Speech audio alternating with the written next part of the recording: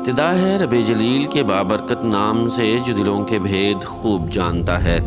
دیکھتی آنکھوں سنتے کانوں صابری میاں کا سلام پہنچے۔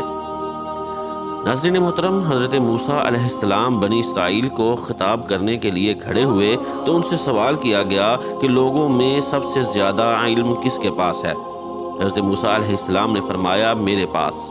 اللہ تعالیٰ نے ان پر عتاب کیا کہ علم کو اللہ کی طرف منسوب کیوں نہیں کیا؟ چنانچہ اللہ تعالیٰ نے وحی بھیجی کہ بحرین جہاں دو دریا ملتے ہیں وہاں میرے بندوں میں ایک بندہ ایسا ہے جس کے پاس آپ سے زیادہ علم ہے۔ موسیٰ علیہ السلام نے عرض کیا، اے رب میں کس طرح اس کے پاس پہنچوں گا؟ اللہ تعالیٰ نے فرمایا، زنبیل میں ایک مچھلی رکھ کر چل دو، جہاں وہ کھو جائے گی وہیں وہ شخص آپ کو ملے گا۔ پھر موسیٰ علیہ السلام نے اپنے ساتھ اپنے خادم یوشع بن نون کو لیا اور زنبیل میں مچھلی رکھ کر چل دیے، یہاں تک کہ ایک ٹیلے کے پاس پہنچے تو موسیٰ علیہ السلام اور ان کے خادم دونوں لیٹ گئے اور سو گئے۔ مچھلی زنبیل میں کودنے لگی، یہاں تک کہ نکل کر دریا میں گر گئی۔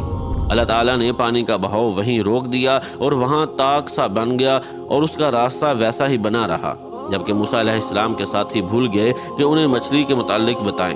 صبح ہوئی تو موسیٰ علیہ السلام نے اپنے ساتھی سے کھانا طلب کیا اور فرمایا کہ اس سفر میں ہمیں بہت تھکن ہوئی ہے۔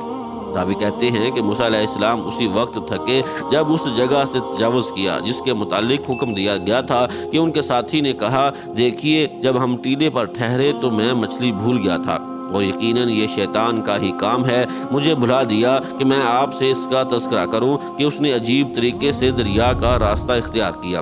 موسیٰ علیہ السلام فرمانے لگے، وہی جگہ تو ہم تلاش کر رہے تھے۔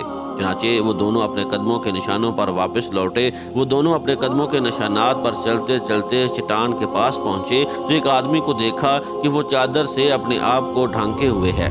جب موسیٰ علیہ السلام نے انہیں سلام کیا، انہوں نے فرمایا، اس زمین میں سلام کہاں؟ موسیٰ علیہ السلام نے فرمایا، میں زمین میں موسیٰ ہوں۔ انہوں نے پوچھا، بنی اسرائیل کا موسیٰ؟ آپ علیہ السلام نے فرمایا، ہاں۔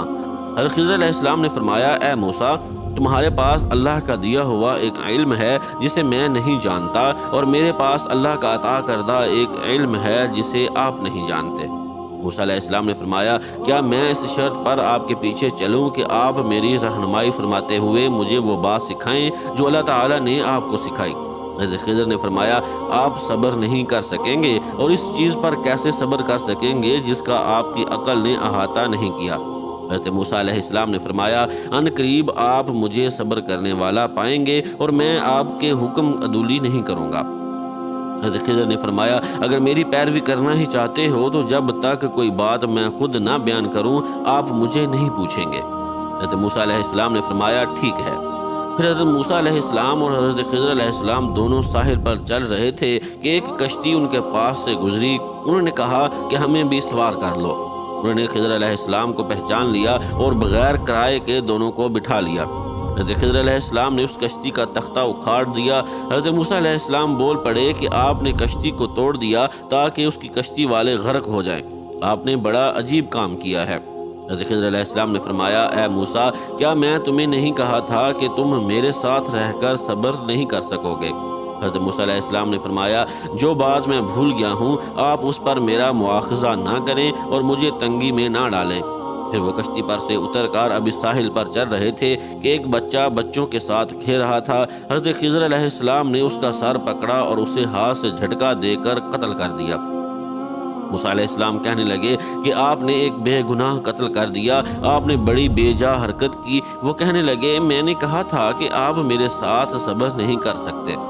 راوی کہتے ہیں یہ بات پہلی بات سے زیادہ تعجب خیز تھی۔ موسیٰ علیہ السلام کہنے لگے کہ اگر اس کے بعد بھی میں آپ سے کسی چیز کے بارے میں سوال کروں تو آپ مجھے ساتھ نہ رکھیے گا، آپ میری طرف سے عذر کو پہنچ چکے۔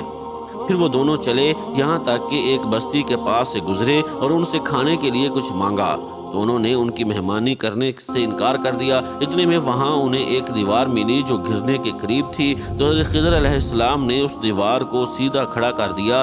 موسیٰ علیہ السلام کہنے لگے کہ ہم ان لوگوں کے پاس آئے تو انہوں نے ہماری ضیافت تک نہیں کی اور ہمیں کھانا کھلانے سے بھی انکار کر دیا۔ اگر آپ چاہتے تو اس کام کی اجرت لے سکتے تھے۔ حضرت خضر علیہ السلام نے فرمایا کہ بس اب یہ وقت ہماری اور آپ کی جدائی کا ہے۔ میں آپ کو ان چیزوں کی حقیقت بتا دیتا ہوں جن پر آپ صبر نہیں کر سکے۔ اور حضرت خضر علیہ السلام نے حضرت موسیٰ علیہ السلام کا کپڑا پکڑ کر فرمایا کہ میں اب آپ کو ان کاموں کا راز بتاتا ہوں کہ جن پر تم صبر نہ کر سکے۔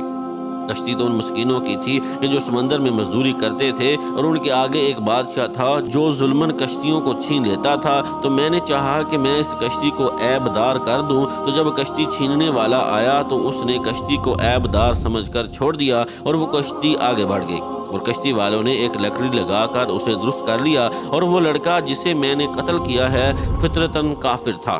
اس کے ماں باپ اس سے بڑا پیار کرتے تھے، تو جب وہ بڑا ہوا تو وہ اپنے ماں باپ کو بھی سرکشی میں پھنسا دیتا۔ تو ہم نے چاہا کہ اللہ تعالیٰ ان کو اس لڑکے کے بدلہ میں دوسرا لڑکا عطا فرما دے جو کہ اس سے بہتر ہو۔ اور وہ دیوار جسے میں نے درست وہ 2 یتیم لڑکوں کی تھی جس کے نیچے خزانہ تھا۔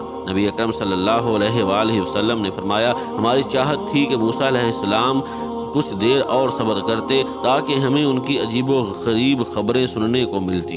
پھر نبی اکرم صلی اللہ علیہ وآلہ وسلم نے فرمایا کہ موسیٰ نے پہلا سوال تو بھول کر کیا تھا۔ پھر ایک چڑیا آئی جس نے کشتی کے کنارے پر بیٹھ کر دریا میں اپنی چونچ ڈبوئی۔ پھر حضرت خضر علیہ السلام نے موسیٰ علیہ السلام سے فرمایا، میرے اور آپ کے علم نے اللہ کے علم میں صرف اسی قدر کم کیا جتنا اس چڑیا نے دریا سے۔